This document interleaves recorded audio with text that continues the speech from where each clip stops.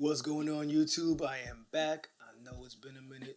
Trust me, I've been extra busy with 2 jobs and a real estate course, so I had to put the YouTube channel on hiatus. But I'm here now, and I want to talk about something that I've been using for about 2 to 3 weeks. That is Pixel 8 Pro.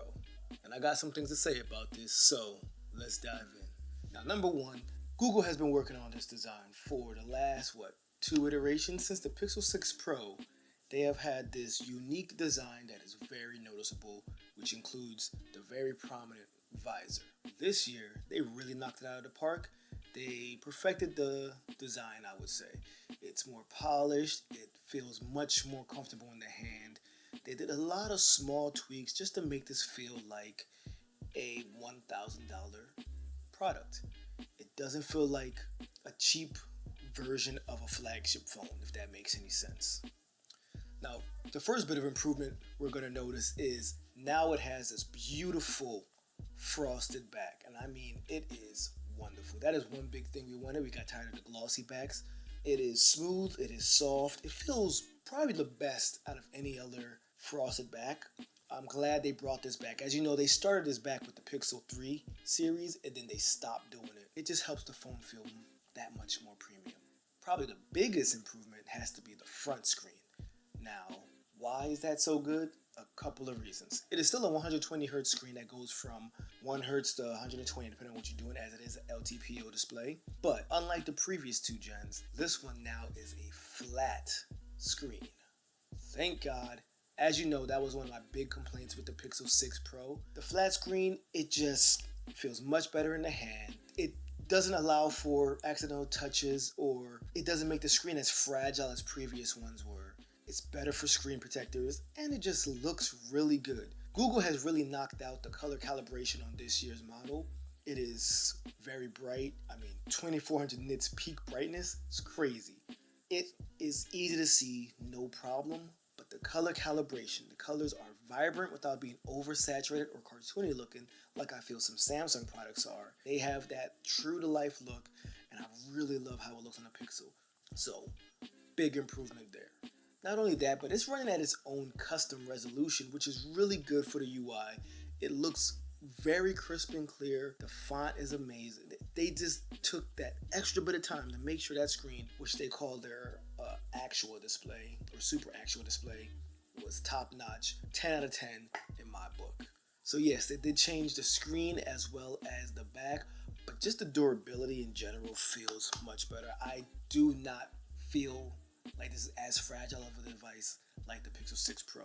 It has a nice weight to it, feels very sturdy in the hands. It still has these glossy aluminum rails, which is probably the only downside, but personally it doesn't bug me. So besides the screen, what else has improved? Well, definitely the processor and the power in this device. Now this one ships with Google's Tensor G3 processor along with 12 gigs of RAM. And it starts off at a measly 128 gigs of storage. It should start off at 256, but hey, hopefully next year they do that. But with this power you get with this device, I'm talking gaming, AI processing, everything's good. It's not the strongest chip out there, so it's not going to beat any benchmark. But in everyday usage, which is what I'm talking about for this first impression, fantastic. It's very smooth, very snappy. And with the December update, they actually updated the GPU drivers on the Tensor G3. So now gaming is even better. Before it was just okay. It was like mid-level. But now I can put my game graphics up a little higher, the resolution higher. I can put the frame rates up to 120 and the game is going to run perfectly fine. Now, besides gaming performance as well as just regular UI performance, there's a couple of things that have definitely improved from the previous models, and that is thermals and power efficiency. So the only time I really noticed this phone getting hot was in the first 2 days of me setting it up and everything running on the phone.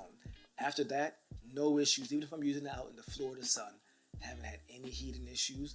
It gets a little bit warm, but nothing to be concerned about, nothing out of the ordinary. Also, when you have better thermals, you get better power efficiency. What that means is now the battery lasts much longer. It's nothing crazy. It's not going to be like the best battery in the world. Not much about this phone is the best in the world, but the battery is, I don't worry about it. I can go a whole day without any worry. If I were to put it in screen on time, I would say I get around 6 to 7 hours. I don't think about this the way I thought of my 6 Pro battery. I had decent battery on that one, but this one is just better. It's definitely a more relaxing phone to use. So once again, talking about using the phone, that's where Pixel shines, is the Pixel experience. And this year, it's all about AI. So you have your Magic Editor now, which is the evolution of Magic Eraser. Instead of just simulating a pattern behind you when it erases the image of a person or a product, it now actually uses AI to fill it in. Sometimes it's perfect, sometimes it's a little wonky. But now you can also do things like touch up the sky. You can change the way the filter looks on the image. It might even add or remove some things on its own. It does a lot with AI, which is pretty cool. But if you don't like manipulating your pictures and you want to just take good snapshots, that's where this phone shines. I did not expect this to be a nice improvement. I did not expect this to be a big improvement from 6 Pro, but just the regular snapper is amazing. Once again, we still have that very fast shutter speed, so you catch a lot of moving objects, a lot of moving kids and pets, but the ability to shoot in Pro mode has been a much welcome change. I can now also take a 50 megapixel picture and edit it, especially in RAW. And those RAW images come out so perfect. I will do a more in-depth camera view, but just know that if you liked last year's camera or the year before that, you're going to love this one. There's improvements across the board on the Pro series.